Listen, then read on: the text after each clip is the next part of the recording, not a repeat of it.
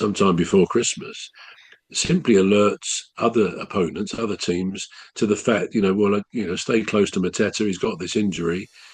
He's not. We'll nullify his effects on the pitch, which seems to be what happened because he was missing chances that early in the season and last season he would have snapped up.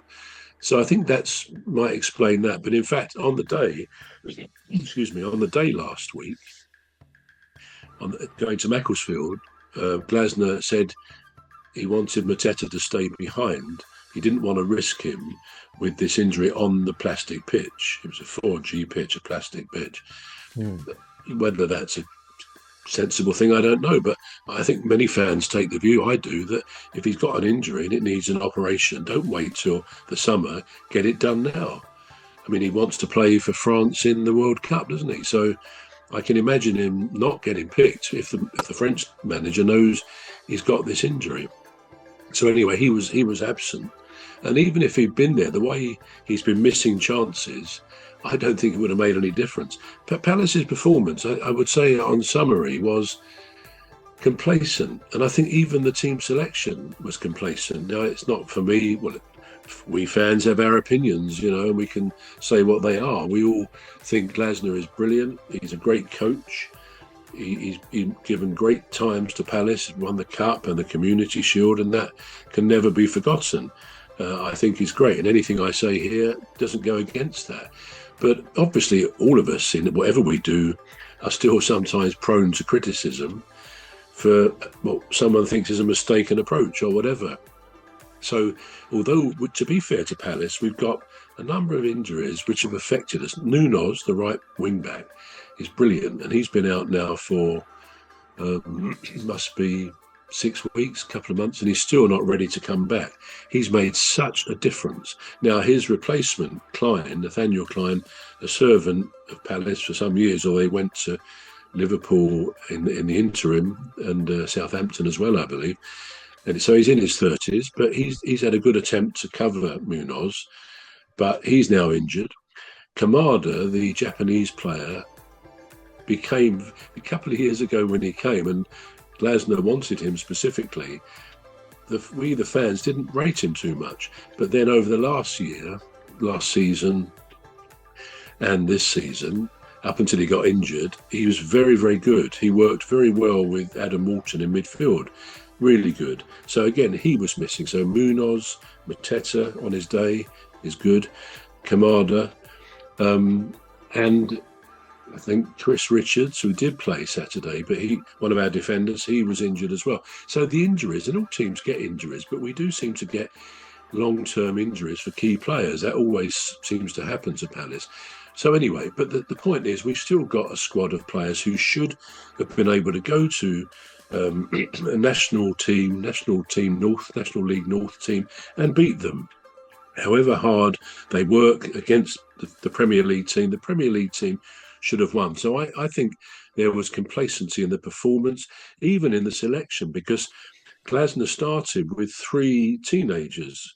Convo has played a few times. He's come on as a sub and I think started once at the central defence. And he's a good prospect, but he's inexperienced. And then he brought 2 other academy players, I believe they were, very young people, young guys, 16, 17, 18, who've not really played in the first team. And to put them on, you might think, well, they'll be looked after by the other players in the team. It didn't go like that. Excuse me. It just seems that even the selection was complacent. Now, in the second half, he brought out some experienced players. But just when you thought that Palace...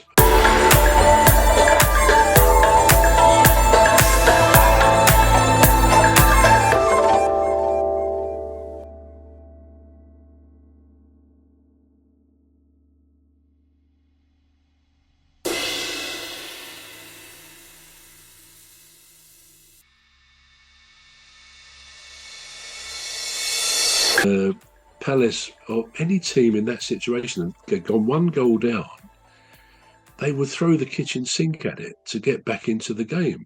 I mean, and with their hopefully superior technique and maybe even fitness, that would tell.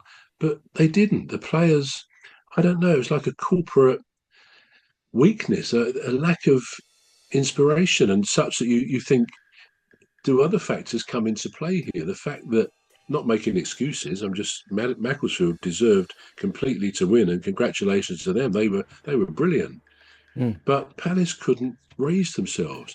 And you try to think, how could this have happened? Because I don't think any other Premier League team would have lost. It'd be interesting because in the next round, Brentford Premier League are going to Macclesfield. So that, I mean, I have little doubt Brentford will win, because I'd say that about any Premier League team.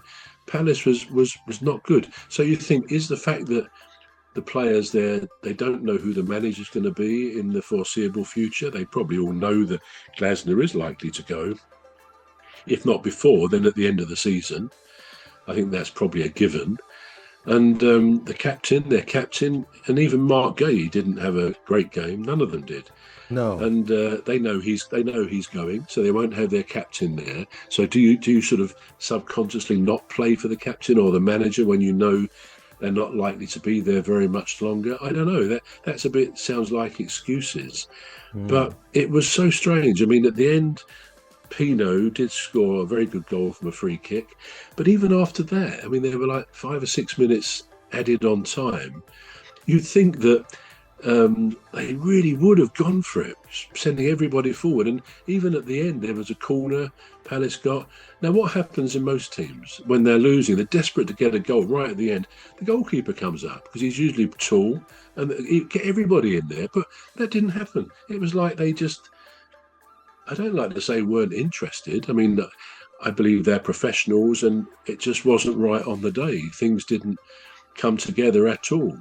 But it was a strange one and so disappointing. It was, Um, yeah. and the other thing, I was starting to say this earlier, so I'll say it now. This kind of strange fact about it.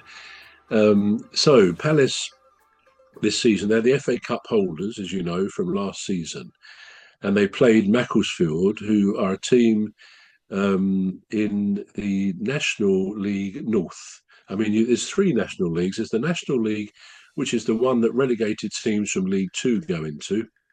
And then if you're relegated from the National League, you go either into National League North or South, depending on where you are geographically. So obviously Macclesfield, Manchester, they're in